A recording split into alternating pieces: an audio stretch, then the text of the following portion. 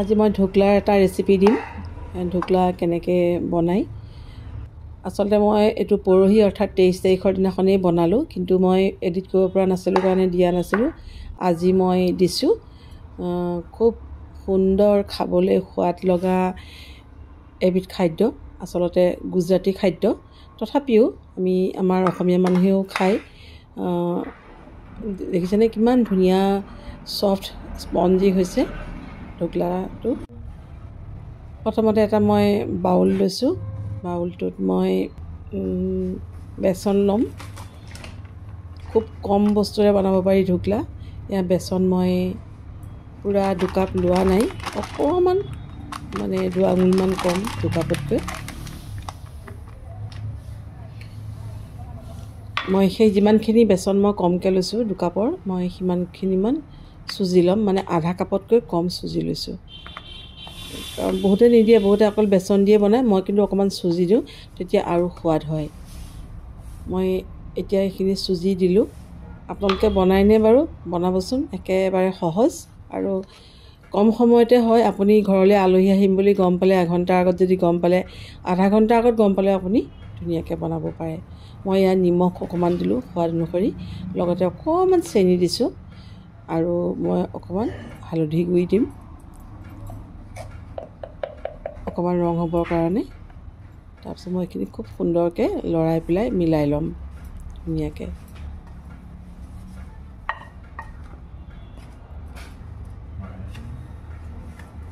খুব মই কিন্তু খাই ভাল পাওঁ আৰু মোৰ ঘৰৰ মানুহেও খাই ভাল পায়।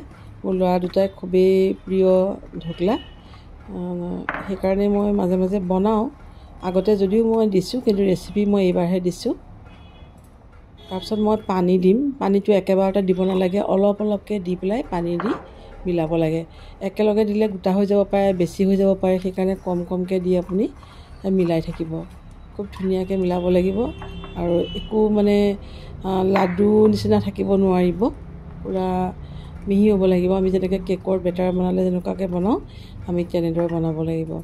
আৰু লৰাই লৰাই লৰাই লৈ আমি কোমল হ'বৰ কাৰণে আমি প্ৰায় 5 মিনিটমান সময় লৰাই থাকিম এনেকৈ। আৰু এনেকুৱা দেখিছেনে এই যিখিনি বেটাৰখিনি কেনেকুৱা হৈছে। আমি আৰু অকণমান পানী দিব লাগিব, অকণমান ডাঠ ডাঠ লাগিছে, সেইকাৰণে মই আৰু অকণমান পানী দিছোঁ। পানী দি মই এবাৰ ধুনীয়াকৈ মিলাই পেলাই একদম কোমল ছফ্ট এটা বেটাৰ কৰিব লাগিব। 5 মিনিটমান সময় সুন্দৰকৈ লৰাই থাকিব লাগিব, মিলাব লাগিব আচলতে। দেখিছেনে? এইটো জোখত থাকিব লাগিব, কাৰণ আৰু অকণমান ফুলিলে আৰু অকণমান টান হ'ব। এতিয়া মই অকণমান এখন দি ঢাকি 10-15 মিনিট সময় ৰাখিব লাগিব। আনহাতে এখন পেনত মই অলপ পানী লৈছোঁ। পানীখিনি মই গেছৰ ওপৰত উঠাই দিছোঁ, গৰম কৰিছোঁ। পানীখিনি গৰম হোৱাৰ পিছত, উতলাৰ পিছত আচলতে এডাল মই তাতে ষ্টেণ্ড দি দিম। আমি যেনেকৈ কেৰাহীত থলোৱা ষ্টেণ্ডবিলাক আছে, তেনেকুৱা এডাল ষ্টেণ্ড দি দিম। তাৰপিছত মই এটা কেক বনোৱা টিন লৈছোঁ। টিনটোত মই অকণমান অইল দিছোঁ। দি পেলাই অইলখিনি খুব ধুনীয়াকৈ মই গোটেই বাচনটোত লগাম।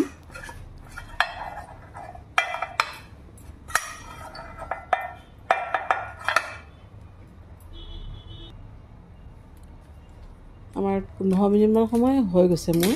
মই অলপ সময় ৰখাই দিছোঁ বেছিকৈ, তেতিয়া আৰু খুব ভাল হয়। এতিয়া মই ইয়াতে কি কৰিম, 1 পেকেট মই ইন' লৈছোঁ আৰু ইন'টো মই মাজতে দি ইন'খিনি মিলিবৰ কাৰণে অকণমান পানী দিব লাগে, নহ'বা ইন'খিনি ভালদৰে মিহলি নহয়। অকণমান পানী দিলে খুব ধুনীয়াকৈ মিহলি হয়। এতিয়া মই বেটাৰখিনিত ইন'খিনি ভালদৰে লৰাম। খুব ধুনীয়াকৈ লৰাই মই অকণমান ডাঠ হৈ আছে, আৰু অকণমান পানী দিব লাগিব। তেতিয়াহে মই যেনেকুৱা বিচাৰিছোঁ তেতিয়া তেনেকুৱা হ'ব।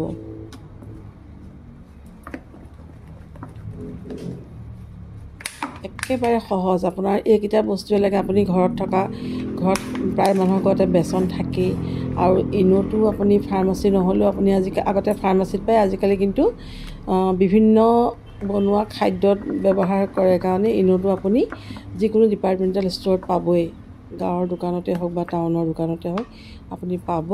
গতিকে একদম সহজতে বনাবলৈ পৰা এবিধ মানে খাদ্য। এতিয়া মই এই তেল লগোৱা বাতিটোত এই গোটেইখিনি মই ধুনীয়াকৈ দি দিম।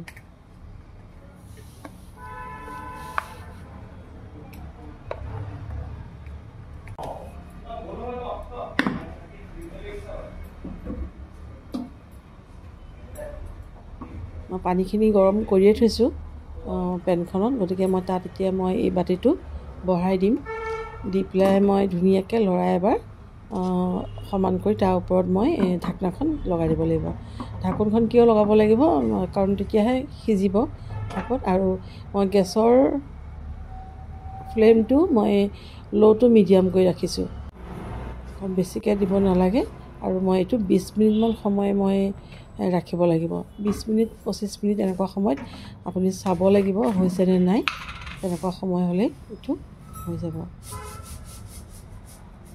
এতিয়া মই এখন পেনত আকৌ মই কি কৰিছোঁ, অকণমান তেল দিছোঁ, দি পেলাই তাতে কেইটামান ক'লা সৰিয়হ, কেইটামান সৰহকৈ দেই, একেবাৰে কমকৈও নহয়, ফুটাই দিছোঁ। আৰু মই তাতে নৰসিংহ পাতকেইটা ধুই থৈছিলোঁ ধুনীয়াকৈ, সেইকেইটাও মচি পেলাই মই তাত দি দিছোঁ। দিয়াৰ পিছত মই এইবাৰ দিম কেইটামান কেঁচা জলকীয়া। কেঁচা জলকীয়াকেইটা ফালিও দিব পাৰে আপুনি নিজৰ ইচ্ছা। বেছি ফালি দিলে জ্বলা বেছি হৈ যাব, খাবলৈ বেয়া লাগিব। সেইকাৰণে আপুনি অকণমান গোটাকৈ ৰাখক, পিছত দৰকাৰ পৰিলে ফালি দিব।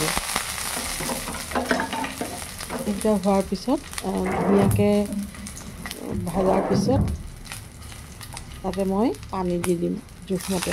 পানী অকণমান সৰহকৈ লাগে, যিহেতু আমি পানীখিনি থাকিলেহে ঢকলা খাবলৈ ভাল, নহ'বা শুকান শুকান ডিঙিত লাগি ধৰিব খাবলৈ। আমি পানী দি দিম। পানীখিনি উতলাৰ পিছত তাতে অকণমান মই নিমখ দিছোঁ, অকণমান সোৱাদ অনুসৰি দেই, কাৰণ মই এবাৰ নিমখ দিয়া আছে, গতিকে মই নিমখ বেছি দিব নাই দিয়া। আৰু তাৰপিছত মই এইবাৰ চেনি অকণমানো দি দিছোঁ।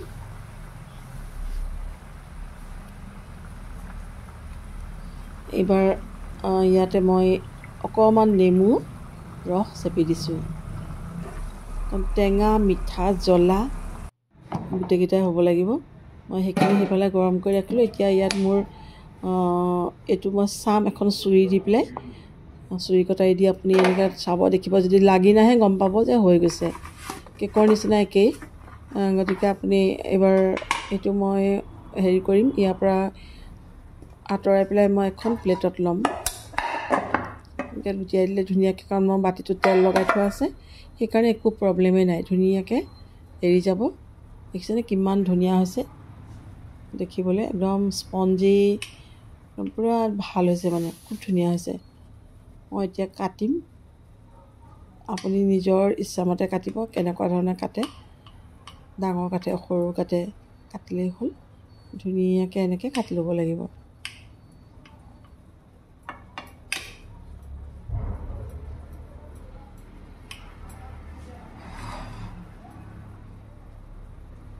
দেখিছেনে কিমান ধুনীয়া হৈছে।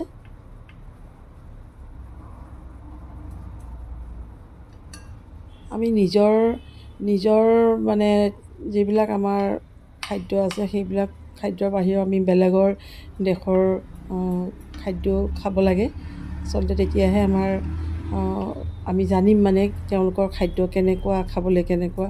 সেই ঢোকলাটো যদিও গুজৰাটী, মানে সেইকাৰণে আমাৰ ইয়াৰো যিবিলাক মানে ৰেষ্টুৰেণ্ট থাকে বা হোটেল থাকে, খাবলৈ পায়, যিবিলাক কেফে থাকে সেইবিলাকতো পায় খাবলৈ।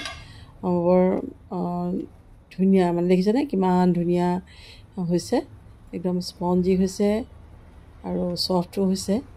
এতিয়া মই কি কৰিম, অথনি যিখিনি পানী যে মই গৰম কৰি ৰাখিছিলোঁ, মানে টেঙা মিঠা জ্বলাৰ যিটো পানী জলকীয়া দিয়া, সেই পানীখিনি মই অলপ অলপকৈ বাকী গোটেই ঢোকলাৰ প্লেটত, মানে ঢোকলাৰ ওপৰত দি দিম। কাৰণ এই বস্তুটো হৈছে, টেষ্টটো হৈছে এই যিটো পানী দিম আমি, তাত যিটো সোমাই যাব পানীখিনি, তেতিয়া কোমল হ'ব আৰু খুব ধুনীয়া হয়।